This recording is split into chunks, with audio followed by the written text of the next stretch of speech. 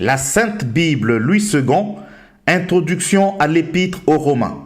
L'épître de Paul aux Romains résume plus que toutes les autres le message évangélique de l'apôtre. Cela résulte des circonstances de sa rédaction. Paul, en effet, écrit cette lettre à un moment où ses activités multiples sont au ralenti. Il pense avoir achevé sa mission en Orient. Chapitre 15, versets 19 à 20. Et se propose de se tourner du côté de l'Occident où il voit Rome en Italie, puis l'Espagne. Chapitre 15, versets 23 à 24. Dans cette période de calme relatif, Paul profite de sa tranquillité d'esprit pour développer certains thèmes qu'il avait déjà traités dans ses précédentes épîtres de circonstances, dans celle aux Galates. Voici la trame de la présente épître. 1. Adresse, salutation et expression d'amour de Paul à l'adresse des chrétiens de Rome. 2. Sujet de l'épître, la justification par la foi. 3. L'état de péché et la condamnation de l'humanité. 4. La justification par la foi en Jésus-Christ et ses fruits. 5. Le chrétien est affranchi de la loi. 6. Les Juifs rejetés, le salut aux païens, puis conversion et salut des Juifs. 7. Exhortation éthique. 8. La soumission aux autorités. 9. Amour, vigilance et pureté. 10. Préceptes de tolérance. 11. Recommandations, salutations et vœux. La thèse fondamentale est résumée au chapitre 1, versets 16 et 17. Car je n'ai point honte de l'évangile. C'est une puissance de Dieu pour le salut de quiconque croit, du juif premièrement, puis du grec, parce qu'en lui est révélée la justice de Dieu par la foi et pour la foi, selon qu'il est écrit, le juste vivra par la foi. C'est à partir de cette thèse fondamentale que Paul exprime les aspects les plus importants. L'universalité de la désobéissance dans l'état de péché et de condamnation de l'humanité sans exclusivité, la justification par la foi et le rôle de la loi, le cas du peuple d'Israël et les relations judéo-chrétiennes dans l'économie du salut en Jésus-Christ, l'éthique dans la vie nouvelle en Christ. L'épître aux Romains est la première du Nouveau Testament. Elle inaugure la catégorie des écrits didactiques par rapport aux écrits narratifs que sont les évangiles et le livre des actes des apôtres. Ces écrits ne sont pas des traités de théologie systématique. Il s'agit de lettres de circonstances qui traitent des questions que se posaient des communautés. Le but de leurs auteurs est de donner la position à prendre et le comportement à tenir devant chaque cas évoqué pour que les chrétiens se conforment à l'évangile. Il faut reconnaître honnêtement qu'il est difficile, voire impossible, de résumer sans le trahir le contenu de l'épître de Paul aux Romains. Pour aborder son message en quelques mots, il suffit de souligner les principaux thèmes qui fondent l'exposé de l'auteur. Selon le prophète Habakkuk, le juste vivra par sa foi. Chapitre 2, verset 4. Cette formule reprise et commentée par Paul dans Romains, au chapitre 1, verset 16 à 17, est souvent considérée comme le thème central du message de l'épître. Mais cette version des choses ne devrait pas faire minimiser les autres développements fort importants comme ceux de la vie en Christ, chapitre 5 à 8, du salut de tous, juifs et grecs, chapitre 9 à 11, et de bien d'autres thèmes qui font de l'épître aux Romains le traité le plus complet et le plus construit de toute la littérature de Paul. Une longue liste de salutations, chapitre 16, versets 1 à 27, conclut l'épître aux Romains. Elle pose la question de savoir comment Paul connaît autant de personnes dans une communauté qu'il ignore au moment où il leur écrit. Concernant la communauté chrétienne de Rome, au temps de l'apôtre Paul, il faut l'envisager dans le cadre de l'installation des Juifs de Rome au 1er siècle. Le christianisme a dû être introduit dans la capitale de l'Empire par les judéo-chrétiens, des Juifs convertis au christianisme en provenance de l'Orient pour des raisons diverses. Paul semble ainsi louer la foi des chrétiens de Rome qui ne sont pas le produit d'une activité missionnaire classique issue de la prédication apostolique accompagnée de signes miraculeux. Paul s'adresse à une communauté qu'il ignore, L'épître a les traits d'un traité circulaire destiné à être lu de communauté en communauté. Au moment où Paul écrit, il se trouve probablement à Corinthe. Romains, chapitre 16, verset 23. 1 Corinthiens, chapitre 1, au verset 14. L'épître est provoquée par le projet de Paul d'aller en Espagne en passant par Rome. Chapitre 1, verset 9 à 15. Chapitre 15, verset 14, verset 28. Mais son arrestation à Jérusalem va contrecarrer ce projet. Elle résulterait par ailleurs des besoins de la communauté. En tant qu'apôtre de Jésus-Christ, Paul a voulu partager le condensé de son évangile aux Juifs de Rome qui avaient cru en Christ, en insistant sur le fait que l'évangile de Jésus-Christ est puissance de Dieu pour le salut tant pour les Juifs que pour les non-Juifs. Chapitre 1, verset 16, chapitre 9, verset 1, verset 11, verset 36. Romains, chapitre 1er. Paul, serviteur de Jésus-Christ, appelé à être apôtre, mis à part pour annoncer l'évangile de Dieu qui avait été promis auparavant de la part de Dieu par ses prophètes dans les saintes écritures et qui concerne son fils né de la postérité de David selon la chair et déclaré fils de Dieu avec puissance selon l'esprit de sainteté par sa résurrection d'entre les morts, Jésus-Christ notre Seigneur, par qui nous avons reçu la grâce et l'apostolat pour amener en son nom à l'obéissance de la foi tous les païens, parmi lesquels vous êtes aussi, vous qui avez été appelés par Jésus-Christ, à tous ceux qui, à Rome, sont bien-aimés de Dieu, appelés à être saints. Que la grâce et la paix vous soient données de la part de Dieu notre Père et du Seigneur Jésus-Christ. Je rends d'abord grâce à mon Dieu par Jésus-Christ au sujet de vous tous, de ce que votre foi est renommée dans le monde entier. Dieu, que je sers en mon esprit dans l'évangile de son Fils, m'est témoin que je fais sans cesse mention de vous, demandant continuellement dans mes prières d'avoir enfin, par sa volonté, le bonheur d'aller vers vous. Car je désire vous voir pour vous communiquer quelques dons spirituels, afin que vous soyez affermis, ou plutôt, afin que nous soyons encouragés ensemble au milieu de vous par la foi qui nous est commune, à vous et à moi. Je ne veux pas vous laisser ignorer, frères, que j'ai souvent formé le projet d'aller vous voir afin de recueillir quelques fruits parmi vous, comme parmi les autres nations. Mais j'en ai été empêché jusqu'ici. Je me dois aux Grecs et aux barbares, aux savants et aux ignorants.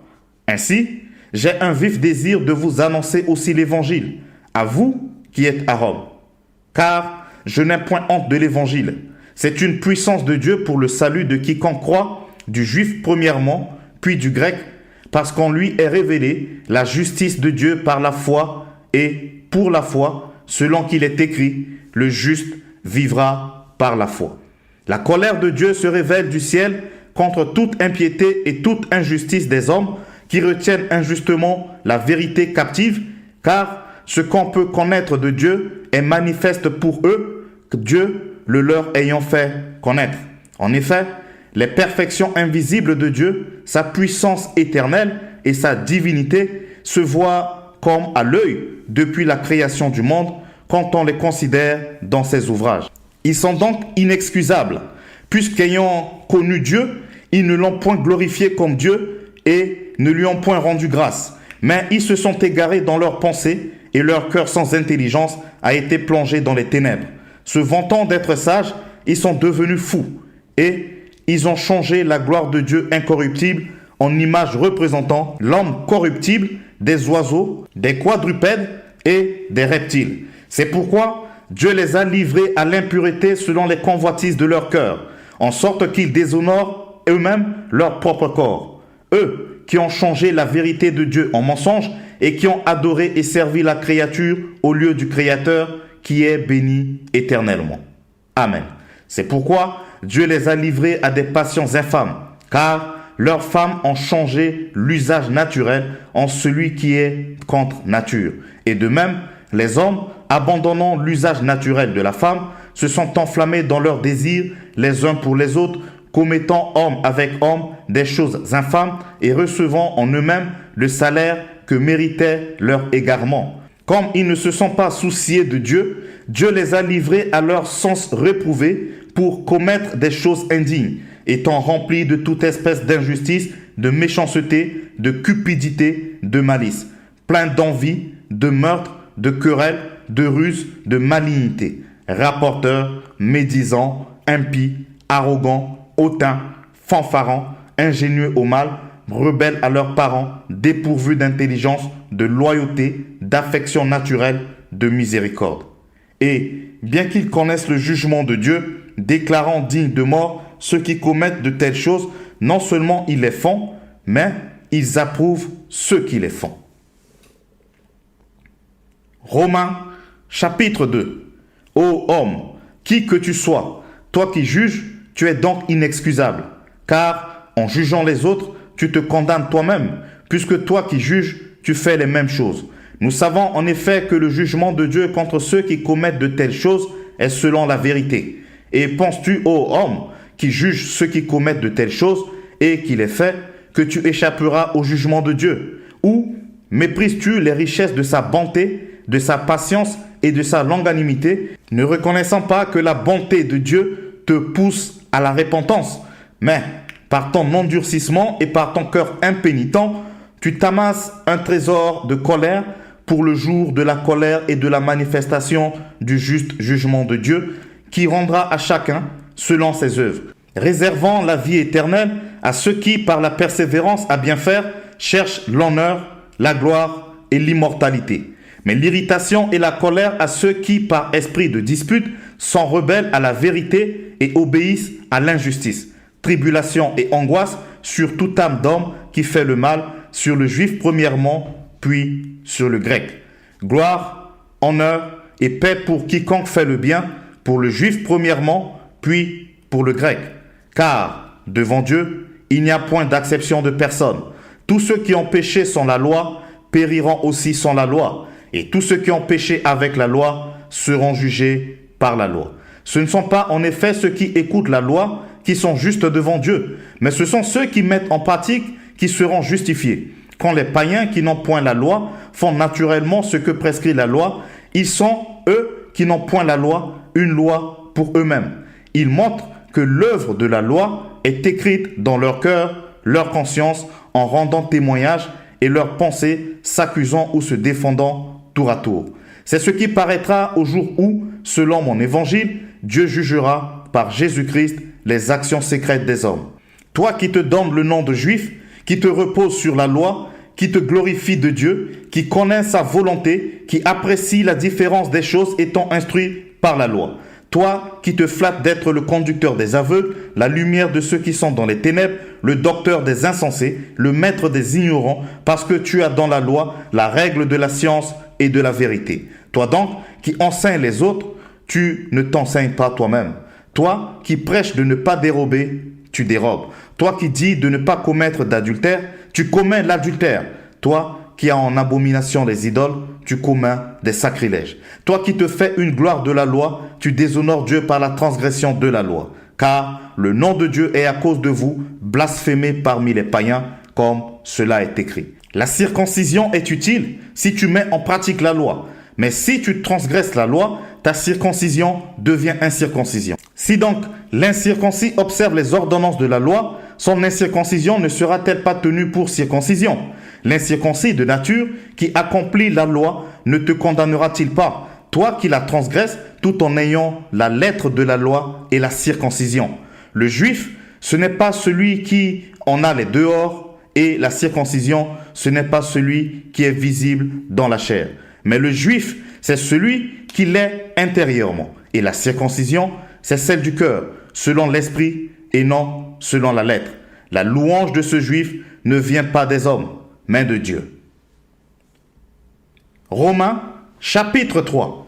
Quel est donc l'avantage des Juifs ou quelle est l'utilité de la circoncision? Il est grand de toute manière et tout d'abord en ce que les oracles de Dieu leur ont été confiés. Et quoi? Si quelques-uns n'ont pas cru, leur incrédulité anéantira-t-elle la fidélité de Dieu? Loin de là. que Dieu au contraire soit reconnu pour vrai et tout homme pour menteur, selon qu'il est écrit, afin que tu sois trouvé juste dans tes paroles et que tu triomphes lorsqu'on te juge. Mais si notre injustice établit la justice de Dieu, que dirons-nous? Dieu est-il injuste quand il déchaîne sa colère? Je parle à la manière des hommes. Loin de là. Autrement, comment Dieu jugerait-il le monde? Et si, par mon mensonge, la vérité de Dieu éclate davantage pour sa gloire, pourquoi suis-je moi-même encore jugé comme pécheur? Et pourquoi ne ferions-nous pas le mal afin qu'il en arrive du bien, comme quelques-uns qui nous calomnient, prétendent que nous le disons? La condamnation de ces gens est juste. Quoi donc? Sommes-nous plus excellents? Nullement, car nous avons déjà prouvé que tous, juifs et grecs, sont sous l'empire du péché, selon qu'il est écrit, il n'y a point de juste, pas même un seul. Nul n'est intelligent, nul ne cherche Dieu. Tous sont égarés, tous sont pervertis. Il n'en est aucun qui fasse le bien, pas même un seul. Leur gosier est un sépulcre ouvert. Ils se servent de leur langue pour tromper. Ils ont sous leurs lèvres un venin d'aspic. Leur bouche est pleine de malédiction et d'amertume. Ils ont les pieds légers pour répandre le sang. La destruction et le malheur sont sur leur route. Ils ne connaissent pas le chemin de la paix. La crainte de Dieu n'est pas devant leurs yeux. Or, nous savons que tout ce que dit la loi, elle le dit à ceux qui sont sous la loi, afin que toute bouche soit fermée et que tout le monde soit reconnu coupable devant Dieu. Car nul ne sera justifié devant Dieu par les œuvres de la loi, puisque c'est par la loi que vient la connaissance du péché. Mais maintenant, sans la loi est manifestée la justice de Dieu, à laquelle rendent témoignage la loi et les prophètes, justice de Dieu par la loi en Jésus-Christ pour tous ceux qui croient. Il n'y a point de distinction, car tous ont péché et sont privés de la gloire de Dieu. Et ils sont gratuitement justifiés par sa grâce, par le moyen de la rédemption qui est en Jésus-Christ. C'est lui que Dieu a destiné par son sang à être, pour ceux qui croient, victime propitiatoire, afin de montrer sa justice, parce qu'il avait laissé impunis les péchés commis auparavant, au temps de sa patience, afin, dis-je, de montrer sa justice dans le temps présent, de manière à être juste tout en justifiant celui qui a la foi en Jésus. Où donc est le sujet de se glorifier? Il est exclu. Par quelle loi? Par la loi des œuvres? Non, mais par la loi de la foi. Car nous pensons que l'homme est justifié par la foi sans les œuvres de la loi. Ou bien, Dieu est-il seulement le Dieu des Juifs? Ne l'est-il pas aussi des païens? Oui, il est aussi des païens, puisqu'il y a un seul Dieu qui justifiera par la foi les circoncis et par la foi les incirconcis. Anéantissons-nous donc la loi par la foi? Loin de là. Au contraire, nous confirmons la loi. Romains, chapitre 4. Que dirons-nous donc? Qu'Abraham, notre père, a connu selon la chair. Si Abraham a été justifié par les œuvres, il a sujet de se glorifier, mais non devant Dieu. Car, que dit l'Écriture?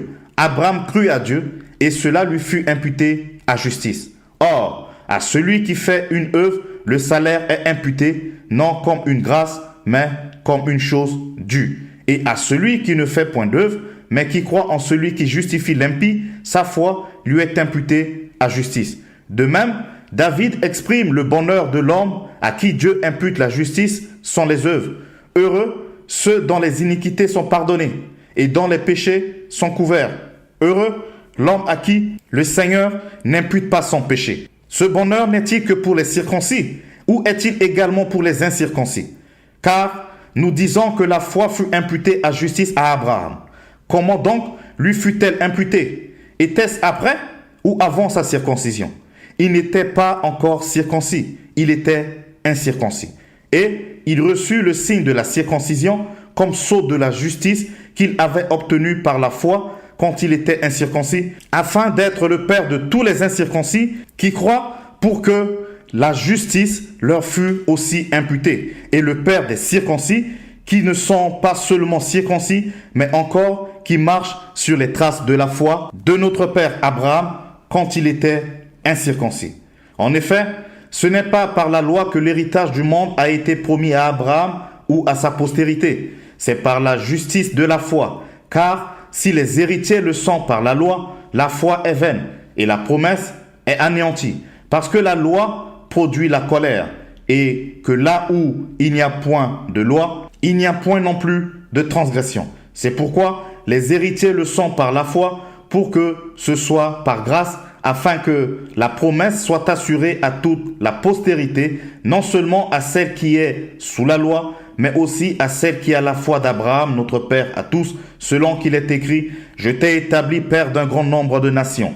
Il est notre Père devant celui auquel il a cru, Dieu qui donne la vie aux morts et qui appelle les choses qui ne sont point comme si elles étaient. Espérant contre toute espérance, il crut en sorte qu'il devint Père d'un grand nombre de nations, selon qu'il lui avait été dit « Telle sera ta postérité ».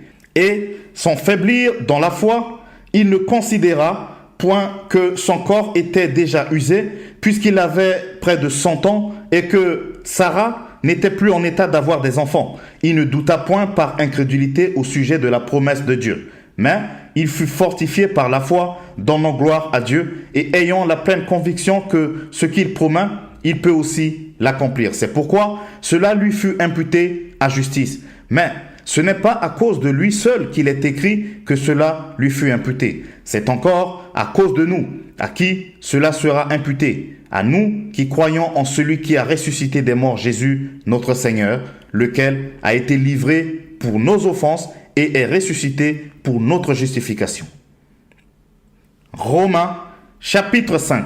Étant donc justifiés par la foi, nous avons la paix avec Dieu par notre Seigneur Jésus-Christ, à qui nous devons d'avoir eu par la foi accès à cette grâce dans laquelle nous demeurons fermes et nous nous glorifions dans l'espérance de la gloire de Dieu. Bien plus, nous nous glorifions même des afflictions, sachant que l'affliction produit la persévérance, la victoire dans l'œuvre, et cette victoire, l'espérance. Or, l'espérance ne trompe point, parce que l'amour de Dieu s'est répandu dans nos cœurs par le Saint-Esprit qui nous a été donné.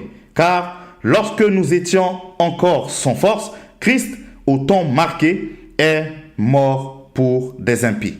À peine mourrait-on pour un juste. Quelqu'un peut-être mourrait-il pour un homme de bien. Mais Dieu prouve son amour envers nous en ce que, lorsque nous étions encore des pécheurs, Christ est mort pour nous. À plus forte raison donc, maintenant que nous sommes justifiés par son sang, serons-nous sauvés par lui de la colère. Car si lorsque nous étions ennemis, nous avons été réconciliés avec Dieu par la mort de son Fils, à plus forte raison, étant réconciliés, serons-nous sauvés par sa vie.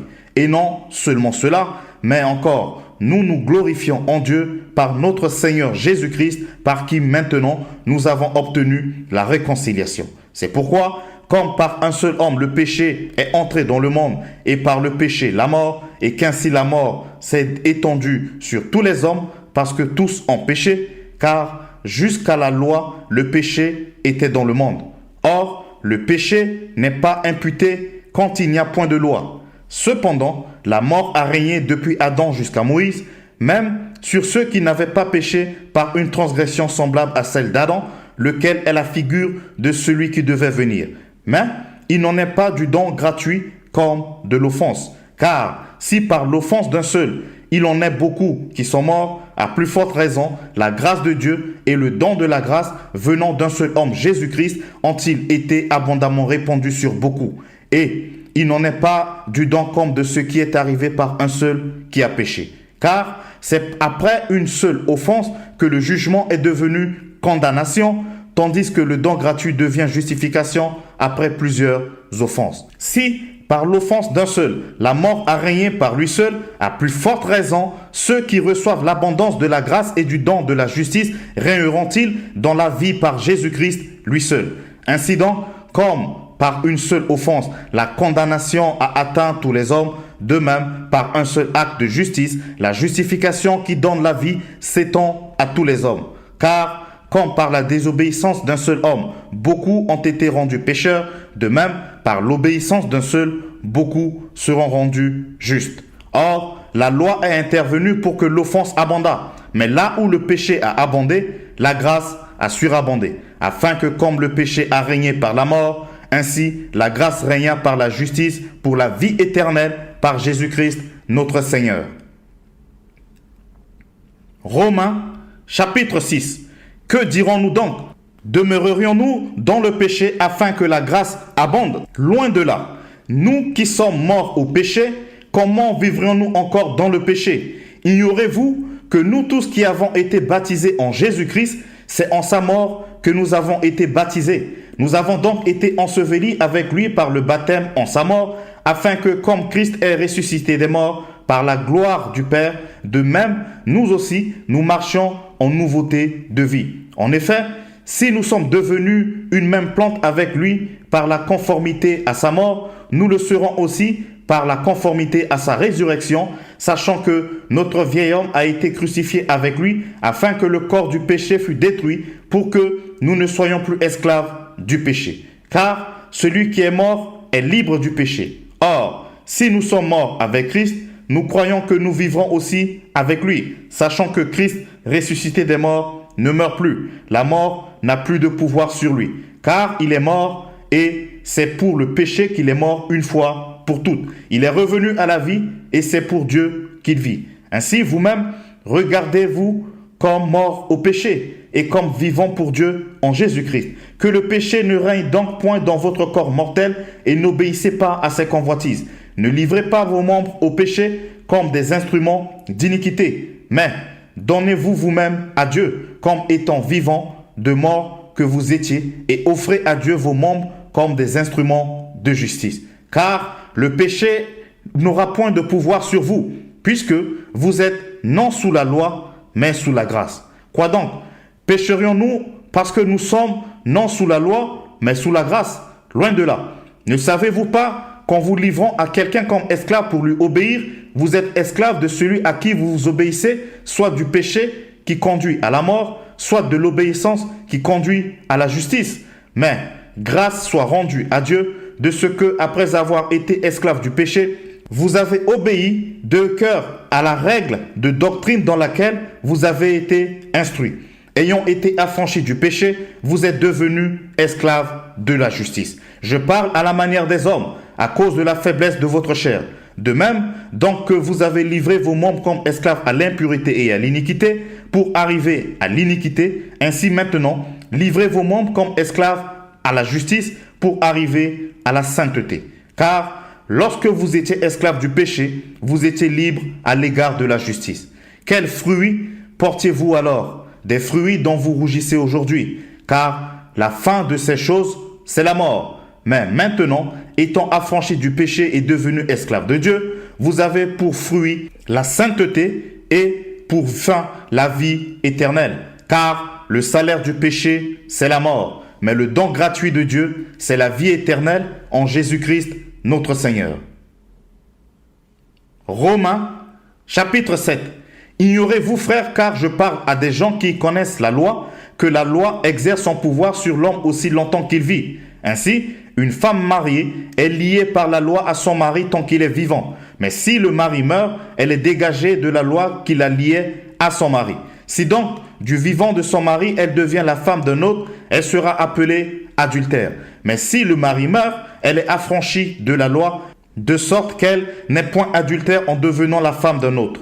De même, mes frères, vous aussi, vous avez été par le corps de Christ mis à mort en ce qui concerne la loi, pour que vous apparteniez à un autre, à celui qui est ressuscité des morts, afin que nous portions des fruits pour Dieu. Car lorsque nous étions dans la chair, les passions des péchés provoqués par la loi agissaient dans nos membres, de sorte que nous portions des fruits pour la mort. Mais maintenant, nous avons été dégagés de la loi, étant morts à cette loi sous laquelle nous étions retenus, de sorte que nous servons dans un esprit nouveau et non selon la lettre qui a vieilli. Que dirons-nous donc?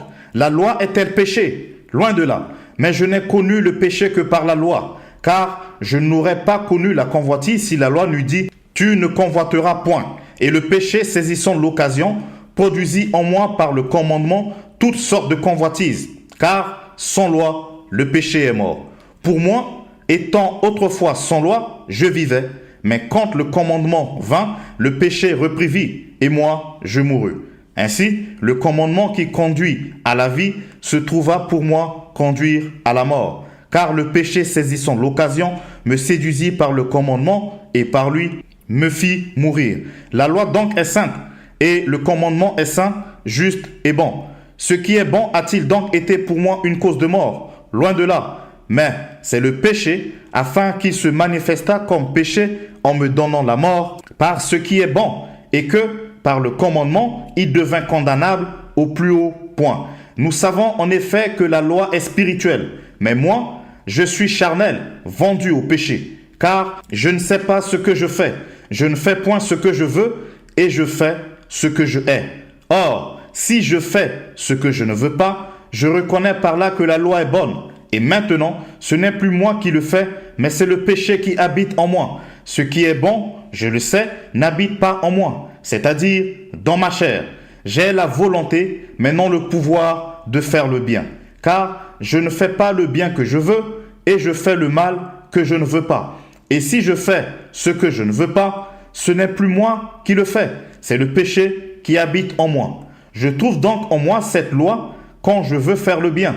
Le mal est attaché à moi, car je prends plaisir à la loi de Dieu selon l'homme intérieur. Mais je vois dans mes membres une autre loi qui lutte contre la loi de mon entendement et qui me rend captif de la loi du péché qui est dans mes membres. Misérable que je suis, qui me délivrera du corps de cette mort? Grâce soit rendue à Dieu par Jésus-Christ notre Seigneur, afin donc moi-même, je suis par l'entendement esclave de la loi de Dieu et je suis par la chair esclave de la loi du péché.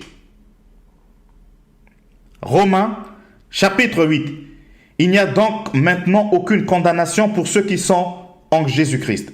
En effet, la loi de l'esprit de vie en Jésus-Christ m'a affranchi de la loi du péché et de la mort. Car, chose impossible à la loi, parce que la chair la rendait sans force, Dieu a condamné le péché dans la chair en envoyant à cause du péché son propre Fils dans une chair semblable à celle du péché. Et cela, afin que la justice de la loi fût accomplie en nous qui marchons non selon la chair, mais selon l'esprit. Ceux en effet qui vivent selon la chair s'affectionnent aux choses de la chair, tandis que ceux qui vivent selon l'esprit s'affectionnent aux choses de l'esprit. Et l'affection de la chair, c'est la mort, tandis que l'affection de l'esprit, c'est la vie et la paix. Car l'affection de la chair est inimitié contre Dieu, parce qu'elle ne se soumet pas à la loi de Dieu et qu'elle ne le peut même pas. Or, ceux qui vivent selon la chair ne sauraient plaire à Dieu. Pour vous, vous ne vivez pas selon la chair, mais selon l'esprit, si du moins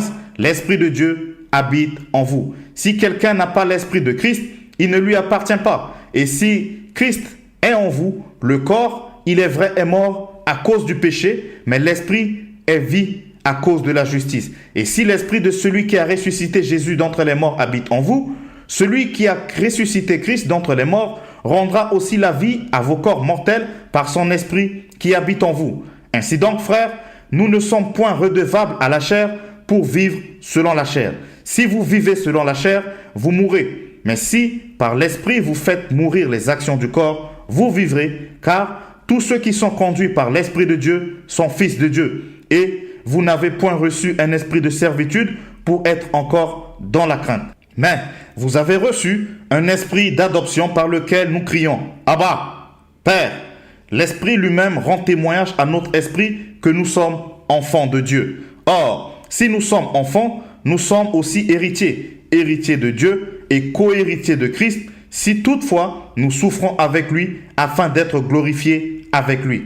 J'estime que les souffrances du temps présent ne sauraient être comparées à la gloire à venir qui sera révélée pour nous. Aussi, la création attend-elle avec un ardent désir la révélation des fils de Dieu, car la création a été soumise à la vanité, non de son gré, mais à cause de celui qui l'y a soumise, avec l'espérance qu'elle aussi sera affranchie de la servitude, de la corruption, pour avoir part à la liberté de la gloire des enfants de Dieu. Or, nous savons que jusqu'à ce jour, la création tout entière soupire et souffre les douleurs de l'enfantement. Et ce n'est pas elle seulement, mais nous aussi, qui avons les prémices de l'esprit, nous aussi, nous soupirons en nous-mêmes en attendant l'adoption, la rédemption de notre corps. Car c'est en espérance que nous sommes sauvés.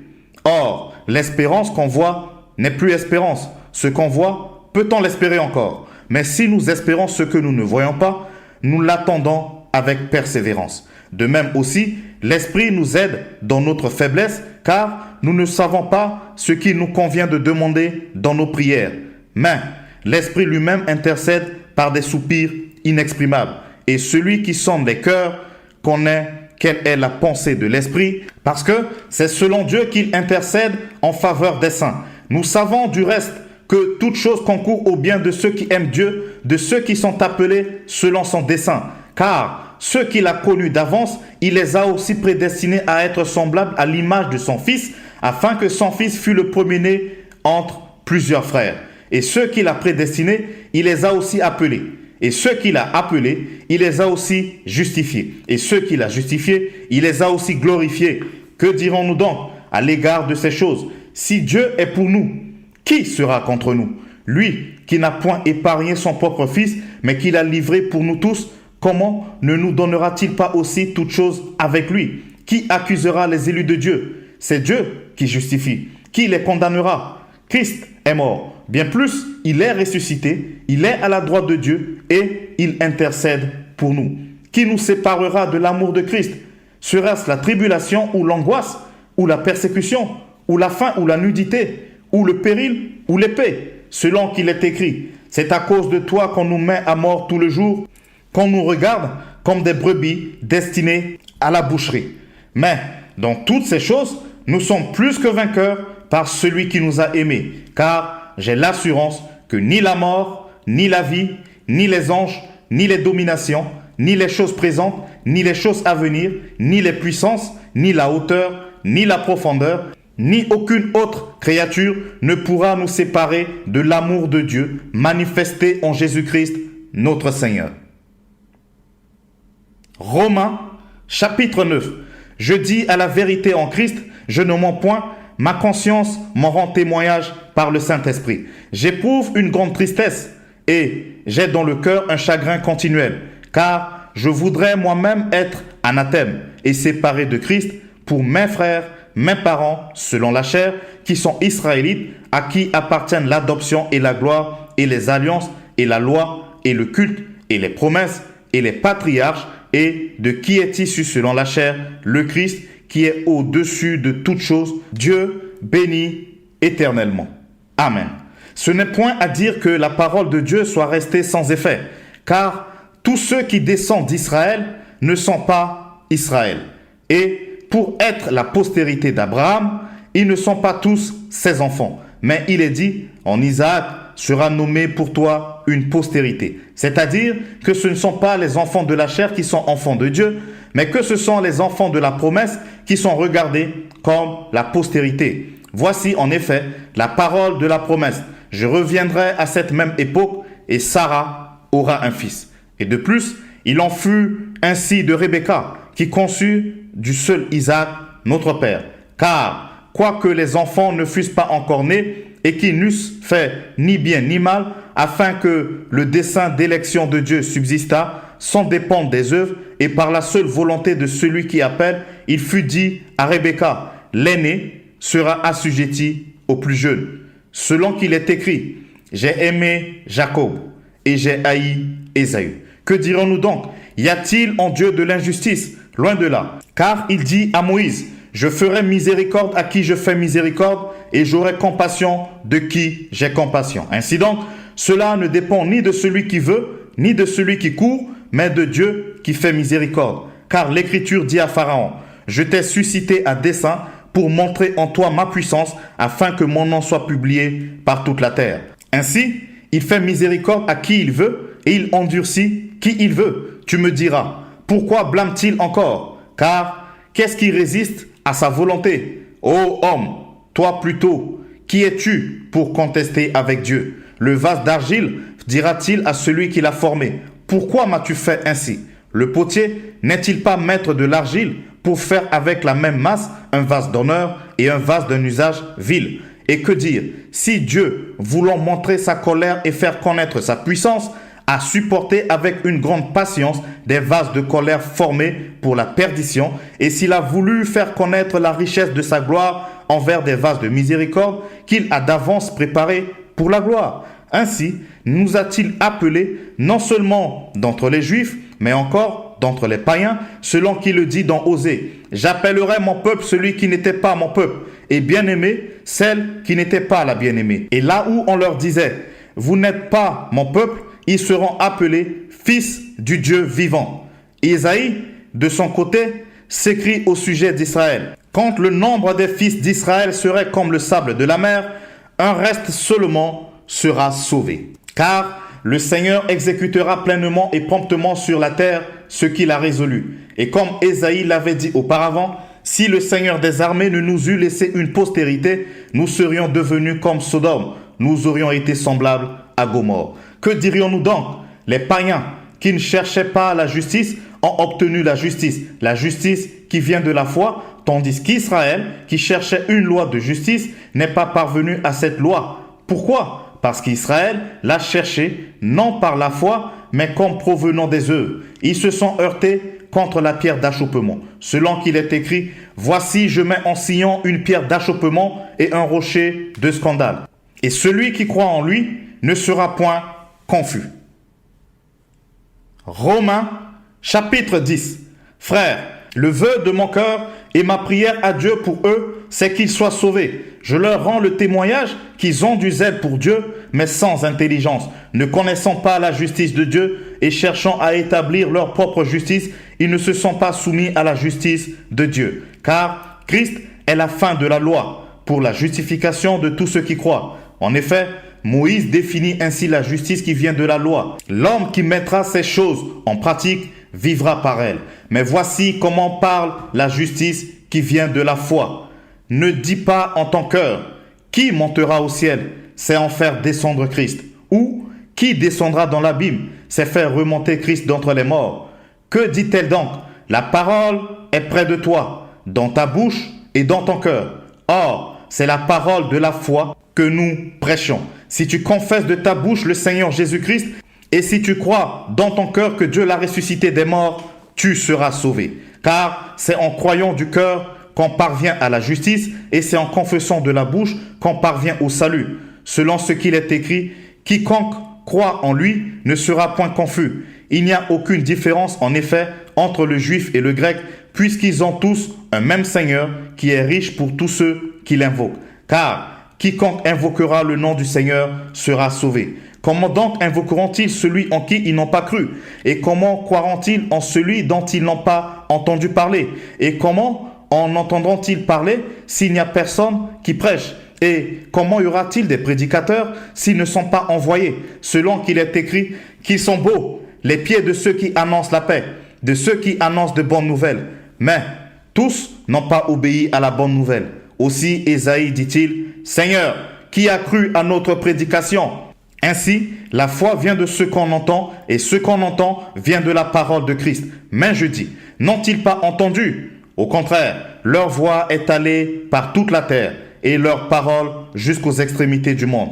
Mais je dis, Israël ne l'a-t-il pas su? Moïse, le premier dit, j'exciterai votre jalousie par ce qui n'est point une nation. Je provoquerai votre colère par une nation sans intelligence. Et Ésaïe pousse la hardiesse jusqu'à dire, j'ai été trouvé par ceux qui ne me cherchaient pas. Je me suis manifesté à ceux qui ne me demandaient pas. Mais au sujet d'Israël, il dit, j'ai tendu mes mains tout le jour vers un peuple rebelle et contredisant. Romains, chapitre 11. Je dis donc, Dieu a-t-il rejeté son peuple? Loin de là. Car moi aussi je suis israélite, de la postérité d'Abraham, de la tribu de Benjamin. Dieu n'a point rejeté son peuple, qu'il a connu d'avance. Ne savez-vous pas ce que l'Écriture rapporte d'Élie? Comment il adresse à Dieu cette plainte contre Israël? Seigneur, ils ont tué tes prophètes, ils ont renversé tes autels. Je suis resté, moi seul, et ils cherchent à m'ôter la vie. Mais quelle réponse Dieu lui a-t-il fait? Je me suis réservé 7000 hommes qui n'ont point fléchi le genou devant Baal. De même, aussi, dans le temps présent, il y a un reste selon l'élection de la grâce. Or, si c'est par grâce, ce n'est plus par les œuvres. Autrement, la grâce n'est plus une grâce. Et si c'est par les œuvres, ce n'est plus une grâce. Autrement, l'œuvre n'est plus une œuvre. Quoi donc? Ce qu'Israël cherche, il ne l'a pas obtenu, mais l'élection l'a obtenu, tandis que les autres ont été endurcis, selon qu'il est écrit, Dieu leur a donné un esprit d'assoupissement, des yeux pour ne point voir, et des oreilles pour ne point entendre, jusqu'à ce jour. Et David dit que leur table soit pour eux un piège, un filet, une occasion de chute et une rétribution, que leurs yeux soient obscurcis pour ne point voir, et tiens leur dos continuellement courbé. Je dis donc, est-ce pour tomber qu'ils ont bronché? Loin de là. Mais par leur chute, le salut est devenu accessible aux païens afin qu'ils fussent excités à la jalousie. Or, si leur chute a été la richesse du monde et leur amoindrissement la richesse des païens, combien plus en sera-t-il ainsi quand ils se convertiront tous? Je vous le dis à vous, païens, en tant qu'apôtre des païens, je glorifie mon ministère, afin, s'il est possible, d'exciter la jalousie de ceux de ma race et d'en sauver quelques-uns. Car si leur rejet a été la réconciliation du monde, que sera leur réintégration, sinon une vie d'entre les morts? Or, si les prémices sont saintes, la masse l'est aussi. Et si la racine est sainte, les branches le sont aussi. Mais si quelques-unes des branches ont été retranchées, et si toi, qui étais un olivier sauvage, tu as été hanté à leur place et rendu participant de la racine et de la graisse de l'olivier, ne te glorifie pas aux dépens de ces branches. Si tu te glorifies, sache que ce n'est pas toi qui portes la racine, mais que c'est la racine qui te porte. Tu diras donc, les branches ont été retranchées, afin que moi, je fusse hanté. Cela est vrai, elles ont été retranchées pour cause d'incrédulité. Et toi, tu subsistes par la foi. Ne t'abandonne pas à l'orgueil, mais crains. Car si Dieu n'a pas épargné les branches naturelles, il ne t'épargnera pas non plus. Considère donc la bonté et la sévérité de Dieu. Sévérité envers ceux qui sont tombés et bonté de Dieu envers toi si tu demeures ferme dans cette bonté. Autrement, tu seras aussi retranché. Eux de même, s'ils ne persistent pas dans l'incrédulité, ils seront hantés, car Dieu est puissant pour les hanter de nouveau. Si toi, tu as été coupé de l'olivier naturel sauvage et hanté contrairement à ta nature sur l'olivier franc, à plus forte raison, eux seront-ils hantés selon leur nature sur leur propre olivier. Car je ne veux pas, frères, que vous ignorez ce mystère afin que vous ne vous regardiez point comme sages. C'est qu'une partie d'Israël est tombée dans l'endurcissement jusqu'à ce que la totalité des païens soit entrée. Et ainsi, tout Israël sera sauvé selon qu'il est écrit, le libérateur viendra de Sion et il détournera de Jacob les impiétés. Et ce sera mon alliance avec eux lorsque j'ôterai leurs péchés. En ce qui concerne l'évangile, ils sont ennemis à cause de vous. Mais en ce qui concerne l'élection, ils sont aimés à cause de leur Père.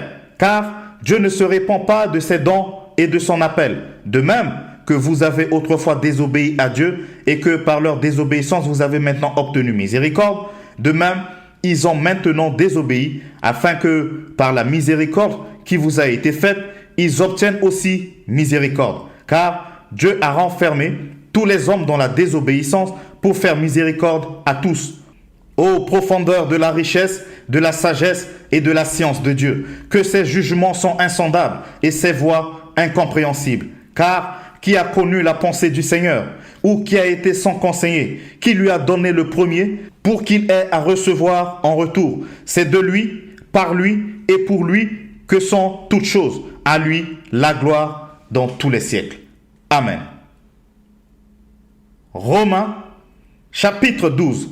Je vous exhorte donc, frères, par les compassions de Dieu, à offrir vos corps comme un sacrifice vivant, saint, agréable à Dieu, ce qui sera de votre part un culte raisonnable. Ne vous conformez pas au siècle présent, mais soyez transformés par le renouvellement de l'intelligence, afin que vous discerniez quelle est la volonté de Dieu, ce qui est bon, agréable et parfait.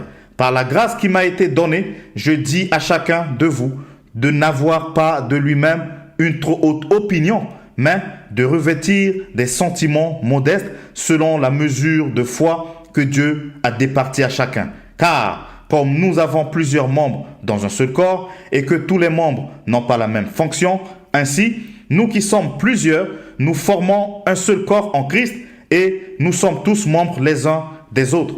Puisque nous avons des dons différents, selon la grâce qui nous a été accordée, que celui qui a le don de prophétie l'exerce selon l'analogie de la foi, que celui qui est appelé au ministère s'attache à son ministère, que celui qui enseigne s'attache à son enseignement et celui qui exhorte à l'exhortation, que celui qui donne le fasse avec libéralité, que celui qui préside le fasse avec zèle, que celui qui pratique la miséricorde le fasse avec joie. Que la charité soit sans hypocrisie. Ayez le mal en horreur. Attachez-vous fortement au bien. Par amour fraternel, soyez pleins d'affection les uns pour les autres. Par honneur, usez de prévenance réciproque. Ayez du zèle et non de la paresse. Soyez fervents d'esprit. Servez le Seigneur.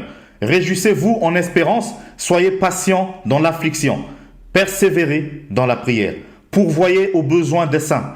Exercez l'hospitalité. Bénissez ceux qui vous persécutent. Bénissez et ne maudissez pas. Réjouissez-vous avec ceux qui se réjouissent. Pleurez avec ceux qui pleurent. Ayez les mêmes sentiments les uns envers les autres. N'aspirez pas à ce qui est élevé, mais laissez-vous attirer par ce qui est humble. Ne soyez point sages à vos propres yeux. Ne rendez à personne le mal pour le mal. Recherchez ce qui est bien devant tous les hommes. S'il est possible, autant que cela dépend de vous, soyez en paix avec tous les hommes. Ne vous vengez point vous-même, bien-aimés, mais laissez agir la colère, car il est écrit « À moi la vengeance, à moi la rétribution, dit le Seigneur. Mais si ton ennemi a faim, donne-lui à manger. S'il a soif, donne-lui à boire. Car en agissant ici, ce sont des charbons ardents que tu amasseras sur sa tête. Ne te laisse pas vaincre par le mal, mais surmonte le mal par le bien. » Romains, chapitre 13. Que toute personne soit soumise aux autorités supérieures, car il n'y a point d'autorité qui ne vienne de Dieu, et les autorités qui existent ont été instituées de Dieu. C'est pourquoi celui qui s'oppose à l'autorité résiste à l'ordre que Dieu a établi, et ceux qui résistent attireront une condamnation sur eux-mêmes. Ce n'est pas pour une bonne action, c'est pour une mauvaise que les magistrats sont à redouter. Veux-tu ne pas craindre l'autorité? Fais le bien et tu auras son approbation. Le magistrat est serviteur de Dieu pour ton bien. Mais si tu fais le mal, crains, car ce n'est pas en vain qu'il porte l'épée, étant serviteur de Dieu pour exercer la vengeance et punir celui qui fait le mal. Il est donc nécessaire d'être soumis, non seulement par crainte de la punition, mais encore par motif de conscience. C'est aussi pour cela que vous payez les impôts, car les magistrats sont des ministres de Dieu entièrement appliqués à cette fonction. Rendez à tous ce qui est dû, l'impôt à qui vous devez l'impôt, le tribut à qui vous devez les tributs, la crainte à qui vous devez la crainte, l'honneur à qui vous devez l'honneur. Ne devez rien à personne, si ce n'est de vous aimer les uns les autres, car celui qui aime les autres a accompli la loi. En effet, les commandements, tu ne commettras point d'adultère, tu ne tueras point, tu ne déroberas point, tu ne convoiteras point. Et ce qu'il peut encore y avoir se résume dans cette parole. Tu aimeras ton prochain comme toi-même. L'amour ne fait point de mal au prochain. L'amour est donc l'accomplissement de la loi. Cela importe d'autant plus que vous savez en quel temps nous sommes. C'est l'heure de vous réveiller enfin du sommeil. Car maintenant, le salut est plus près de nous que lorsque nous avons cru. La nuit est avancée, le jour approche. Dépouillons-nous donc des œuvres des ténèbres et revêtons-nous des armes de lumière. Marchons honnêtement comme en plein jour, loin des excès et de l'ivrognerie, de la luxure et de l'impudicité, des querelles et des jalousies. Mais revêtez-vous du Seigneur Jésus-Christ et n'ayez pas soin de la chair pour en satisfaire les convoitises. Romains, chapitre 14. Faites accueil à celui qui est faible dans la foi et ne discutez pas sur les opinions. Tel croit pouvoir manger de tout, tel autre qui est faible ne mange que des légumes. Que celui qui mange ne méprise point celui qui ne mange pas, et celui qui ne mange pas ne juge point celui qui mange, car Dieu l'a accueilli. Qui es-tu, toi qui juges un serviteur d'autrui? S'il se tient debout ou s'il tombe, cela regarde son maître. Mais il se tiendra debout, car le Seigneur a le pouvoir de l'affermir. Tel fait une distinction entre les jours, tel autre les estime tous égaux. Que chacun ait en son esprit une pleine conviction.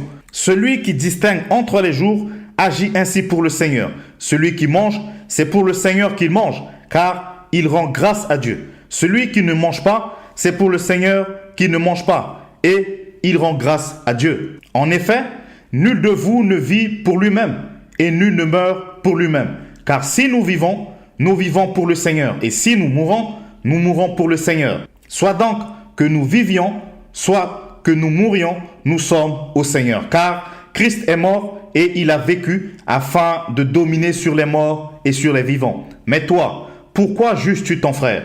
Ou toi, pourquoi méprises-tu ton frère? Puisque nous comparaîtrons tous devant le tribunal de Dieu. Car il est écrit, je suis vivant, dit le Seigneur. Tout genou flétrira devant moi et toute langue donnera gloire à Dieu. Ainsi, chacun de nous rendra compte à Dieu pour lui-même. Ne nous jugeons donc plus les uns les autres, mais pensez plutôt à ne rien faire qui soit pour notre frère une pierre d'achoppement ou une occasion de chute. Je sais et je suis persuadé par le Seigneur Jésus que rien n'est impur en soi et qu'une chose n'est impure que pour celui qui la croit impure. Mais si pour un aliment, ton frère est attristé, tu ne marches plus selon l'amour. Ne cause pas par ton aliment la perte de celui pour lequel Christ est mort. Que votre privilège ne soit pas un sujet de calomnie, car le royaume de Dieu, ce n'est pas le manger et le boire, mais la justice, la paix et la joie par le Saint-Esprit. Celui qui sert Christ de cette manière est agréable à Dieu et approuvé des hommes. Ainsi donc, recherchons ce qui contribue à la paix et à l'édification mutuelle. Pour un aliment, ne détruis pas l'œuvre de Dieu. À la vérité, toutes choses sont pures, mais il est mal à l'homme, quand il mange, de devenir une pierre d'achoppement. Il est bien de ne pas manger de viande, ni de boire de vin, et de s'abstenir de ce qui peut être pour ton frère une occasion de chute, de scandale ou de faiblesse. Cette foi que tu as, garde-la pour toi devant Dieu. Heureux celui qui ne se condamne pas lui-même dans ce qu'il approuve. Mais celui qui a des doutes au sujet de ce qu'il mange est condamné, parce qu'il n'agit pas par conviction. Tout ce qui n'est pas le produit d'une conviction est péché. Romains, chapitre 15. Nous qui sommes forts, nous devons supporter les faiblesses de ceux qui ne le sont pas et ne pas nous complaire en nous-mêmes. Que chacun de nous complaise au prochain pour ce qui est bien en vue de l'édification.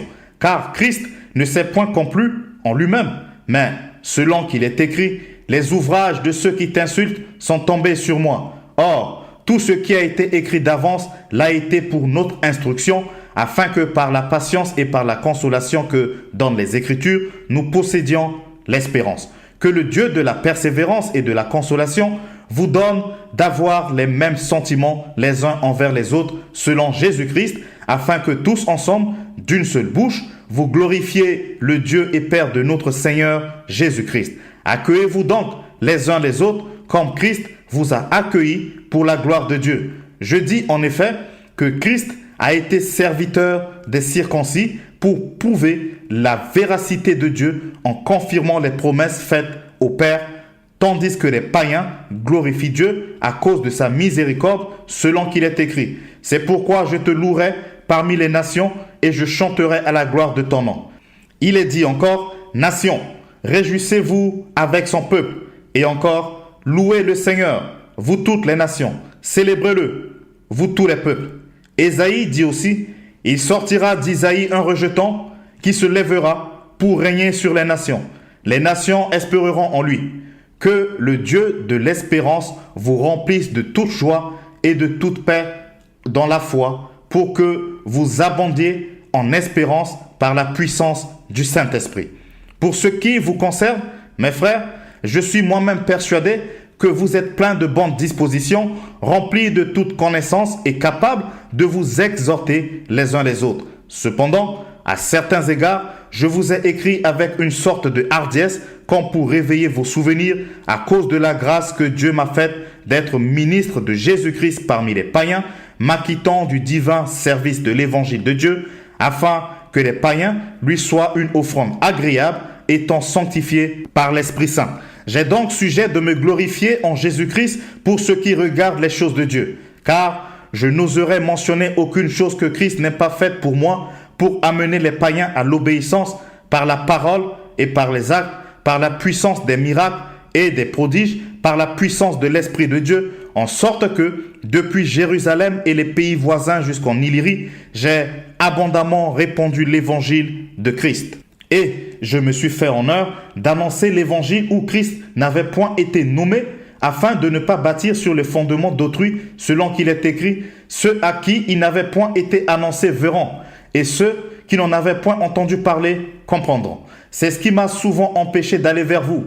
Mais maintenant, n'ayant plus rien qui me retienne dans ces contrées et ayant depuis plusieurs années le désir d'aller vers vous, j'espère vous voir en passant quand je me rendrai en Espagne et y être accompagné par vous, après que j'aurai satisfait en partie mon désir de me trouver chez vous. Présentement, je vais à Jérusalem pour le service des saints, car la Macédoine et l'Achaïe ont bien voulu s'imposer une contribution en faveur des pauvres parmi les saints de Jérusalem. Ils l'ont bien voulu et elle le leur devait. Car si les païens ont eu part à leur avantage spirituel, ils doivent aussi les assister dans les choses temporelles. Dès que j'aurai terminé cette affaire et que je leur aurai remis ces dons, je partirai pour l'Espagne et passerai chez vous. Je sais qu'en allant vers vous, c'est avec une pleine bénédiction de Christ que j'irai.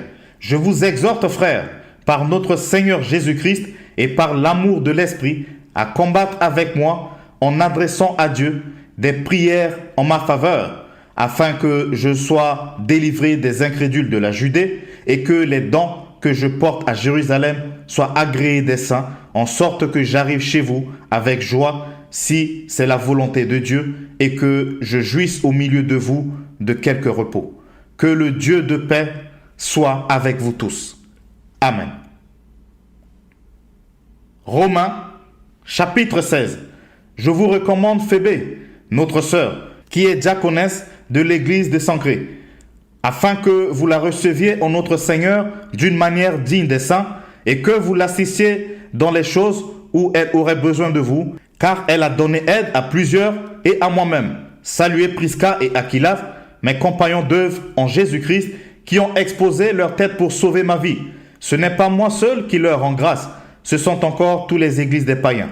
Saluez aussi l'église qui est dans leur maison. Saluez Épaïnette, mon bien-aimé, qui a été pour Christ les prémices de l'Asie. Saluez Marie, qui a pris beaucoup de peine pour vous. Saluez Andronicus et Junias, mes parents et mes compagnons de captivité, qui jouissent d'une grande considération parmi les apôtres et qui même ont été en Christ avant moi. Saluez Amplias, mon bien-aimé dans le Seigneur. Saluez Urbain, notre compagnon d'œuvre en Christ, et Stachys, mon bien-aimé. Saluez Apelles, qui est éprouvé en Christ. Saluez ceux de la maison d'Aristobule. Saluez Hérodion, mon parent. Saluez ceux de la maison de Narcisse, qui sont dans le Seigneur. Saluez Tryphène et Tryphose, qui travaillent pour le Seigneur. Saluez Perside, la bien-aimée, qui a beaucoup travaillé pour le Seigneur. Saluez Rufus, l'élu du Seigneur, et sa mère, qui est aussi la mienne. Saluez Azincrite, Phlégon, Hermès, Patrobas, Hermas, et les frères qui sont avec eux. Saluez Philologue et Julie, Nérée et sa sœur, et Olympe, et tous les saints qui sont avec eux. Saluez-vous les uns les autres par un saint baiser. Toutes les églises de Christ vous saluent. Je vous exhorte, frères, à prendre garde à ceux qui causent des divisions et des scandales au préjudice de l'enseignement que vous avez reçu. Éloignez-vous d'eux, car de tels hommes ne servent point Christ notre Seigneur, mais leur propre ventre, et par de paroles douces et flatteuses, ils séduisent les cœurs des saints. Pour vous, votre obéissance est connue de tous. Je me réjouis donc à votre sujet, et je désire que vous soyez sages en ce qui concerne le bien et purs en ce qui concerne le mal. Le Dieu de paix écrasera bientôt Satan sous vos pieds. Que la grâce de notre Seigneur Jésus-Christ soit avec vous. Timothée, mon compagnon d'œuvre, vous salue, ainsi que Lucius, Diazen et Sosipater, mes parents. Je vous salue dans le Seigneur, moi, Tertius, qui ai écrit cette lettre. Gaius, mon hôte et celui de toute l'Église vous salue. Éraste, le trésorier de la ville vous salue, ainsi que le frère Quartus. Que la grâce de notre Seigneur Jésus-Christ soit avec vous tous. Amen. À celui qui peut vous affirmer selon mon évangile et la prédication de Jésus-Christ, conformément à la révélation du mystère caché pendant des siècles, mais manifesté maintenant par les écrits des prophètes, d'après l'ordre du Dieu éternel, et porté à la connaissance de toutes les nations, afin qu'elles obéissent à la foi, à Dieu, seul sage, soit la gloire au siècle des siècles, par Jésus-Christ. Amen. Merci d'avoir écouté ce livre extrait de la Sainte Bible version Louis II jusqu'à la fin. Pour plus de ressources, abonnez-vous à la chaîne et partagez l'épisode autour de vous pour faire avancer le royaume de Dieu. Vous pouvez aussi écouter ou réécouter cet épisode sur le podcast La Sainte Bible Audio sur toutes les plateformes de podcast. Prenez soin de vous car chaque jour est une vie. Je vous dis à très bientôt pour une nouvelle lecture biblique. Que la paix de Jésus-Christ soit avec vous.